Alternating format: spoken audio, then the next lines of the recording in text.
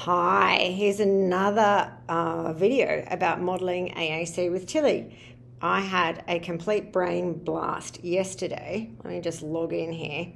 When I was talking to my husband about why it wasn't working, really, was what it was about. Like, I'm a speech pathologist and we're just not really picking it up that much. Mum and Dad as much as any of her support workers team. So grab a bit of a coffee and we'll have a bit of a chat about what might be blocking us from using the AAC. So a lot of the stuff that we do when we're modelling AAC, using the device in front of a person, has got more to do with our expectations of what we're hoping for the future than for now.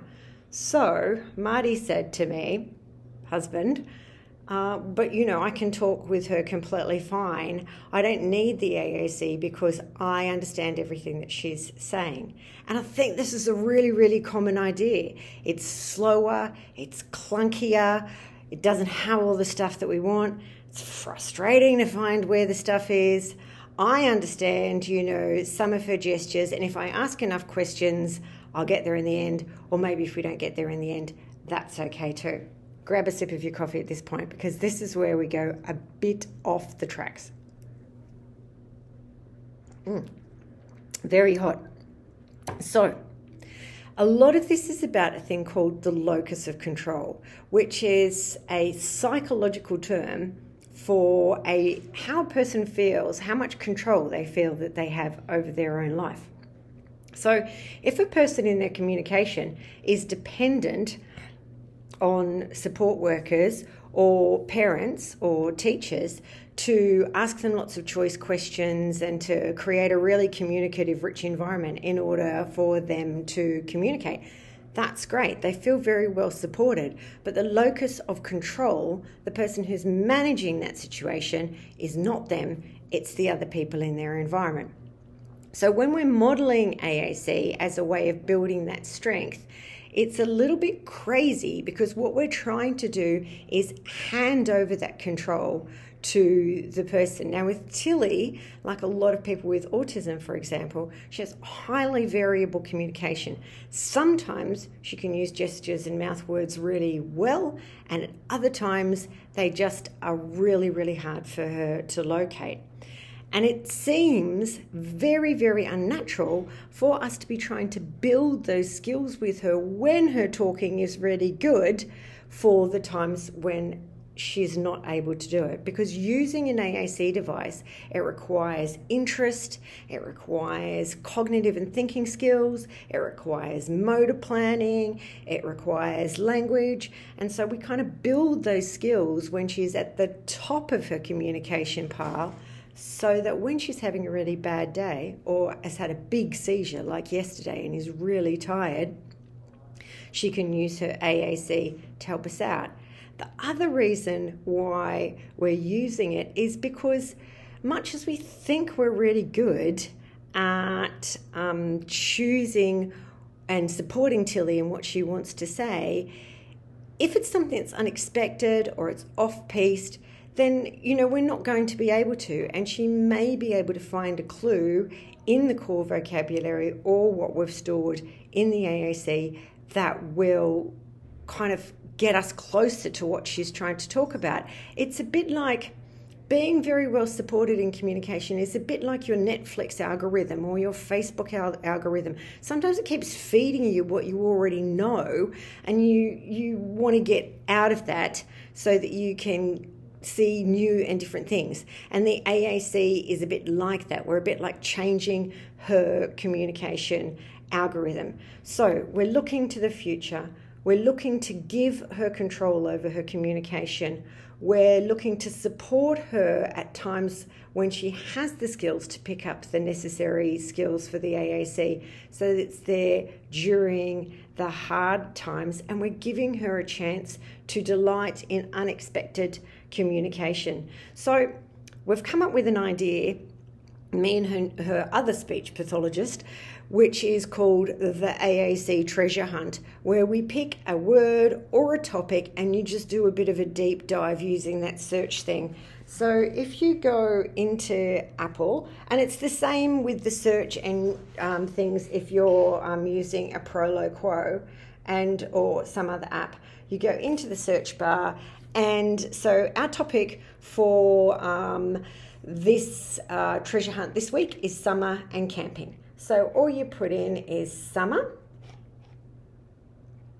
and then you can close the keyboard and it comes up with these 5 different places that summer might be. So I've got no idea what this one is. It says holiday. So we go into that and we see that this part is flashing. So we go, oh, okay, we go to topic words. We go to all list words, hobbies and leisure. And it's got holiday, summer camp. Summer camp. You might think, do I ever talk about summer camp? That's a fair amount of navigation. Is there anything in here that we might need to talk about with Tilly? Isn't there? Do I need to make the link a bit faster? Could I use it in some of the core stuff, some of the sentences that we're storing? So then we might think, okay, we've looked at all the things for summer. Let's put in camping. So they're pretty global topics in the treasure hunt. Here we go. We get rid of the keyboard again. We go, okay, menu page, camping. Okay, so this one's under topics here. That's what's flashing. This one's here. And we've got all this stuff about camping. And we might think, actually, this is really good, you know. The bathroom is dirty. Oh, the bathroom is dirty. That's a pretty good one. I like that place. I like that place. So this might be, if we go back, see how we've coloured some of the things that are Tilly's spaces. So we might think, actually, camping is a really good one because we go in the bus. So how about we highlight that one and we'll add some things and help Tilly understand what's going on in that one. And so the treasure hunt is really like, ooh, what's in here? I don't know what's in here. Let's have a look. And you can do that with her or by yourself, but remember those core reasons for why we're doing this.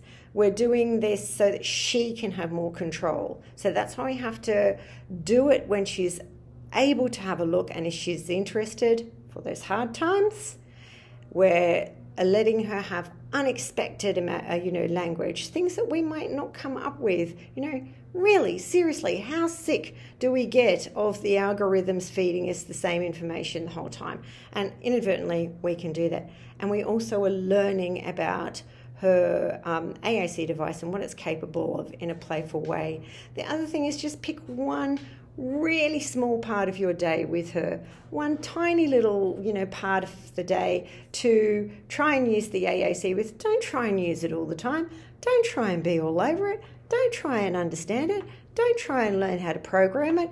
Just add it to a very, very small thing. We sit beside her when she's bathing.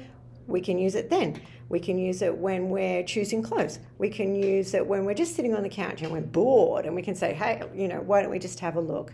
So just remember, it's not about ease of communication in that particular moment.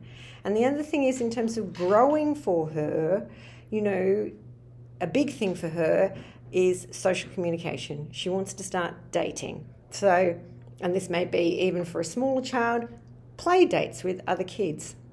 Sometimes they need a resource that's not their mum, dad or support worker to be able to communicate with that other person.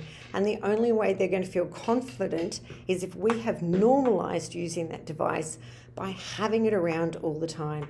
If it's only something that comes out at special times and, we all freak out when we use it, that's exactly the same reaction that any other person who's going to be picking it up is going to feel. So we have to have it out and about, and we have to be making mistakes on it and testing it out and being curious so that we can normalise it for our people who really genuinely need to use the AAC. So I hope that explains why we need to do it, because, Marty's response that I can communicate with her really fine, I think that's probably a reaction that millions of people have when their kids first start using AAC. This is hard work and it's a bit of a pain in the neck and it's getting in the way and, do we really need it? What's this speech pathologist thinking? So I hope, the future, unexpected language, having a locus of control, being in control of what language is being said, and being able to communicate in hard times when our mouth words or our gestures are not there. I think that's enough from me now, and my coffee's gone cold, so I better go. Okay, bye folks.